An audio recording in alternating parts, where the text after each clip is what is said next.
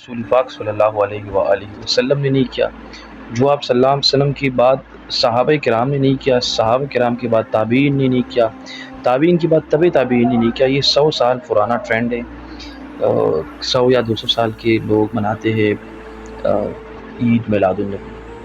تو یہ بدعت ہے. اسلام منانے کا چیز نہیں، یہ ماننے کا چیز ہے. دین بیسیکلی دین کو سمجھنا چاہیے کہ دین کی آئیڈیالوجی، دین کا کنسیپٹ کیا ہے. دین کا کنسیپٹ یہ ہے کہ رسول کو ماننا چاہیے، رسول کی حکم کو ماننا چاہیے، رسول کی احادیث کو ماننا چاہیے، رسول کی طریقوں کو ماننا پڑے گا، اس پر چلنا پڑے گا. اب اس کو منانا، اس کو جشن کے طور پر منانا، کہ اسلام میں بدعت ہے.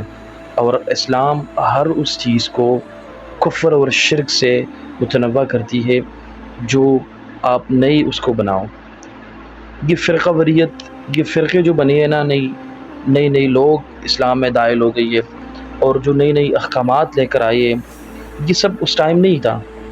اب ہم کو فالو کرنا کیا چاہیے؟ ہم کو فالو کرنا چاہیے رسول اللہ صلی اللہ علیہ وآلہ وسلم کی جو احادیث مبارکہ ہے، اس کی جو لائف سٹائل ہے، جو اس کا جو اسوہ حسنہ ہے، اس کی جو سیرت ہے نا، اس کو ہم سٹڈی کریں تو پوری سیرت میں آپ کو نہیں ملے گا کہ رسول نے کبھی اپنا برتھ ڈے منایا ہو.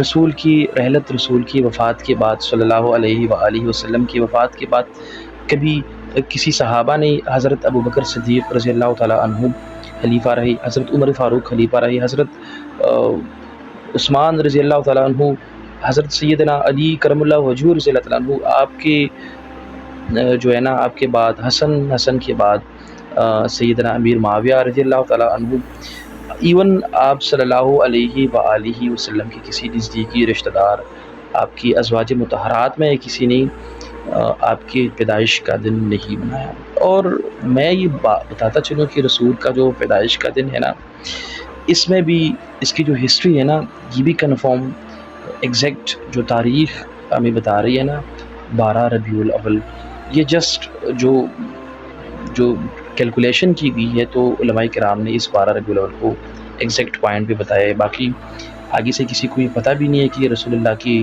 پیدائش کون سی، کیونکہ آج سے 1400 سال پہلے آپ کسی چیز کو کیلکولیٹ کر سکتے ہو.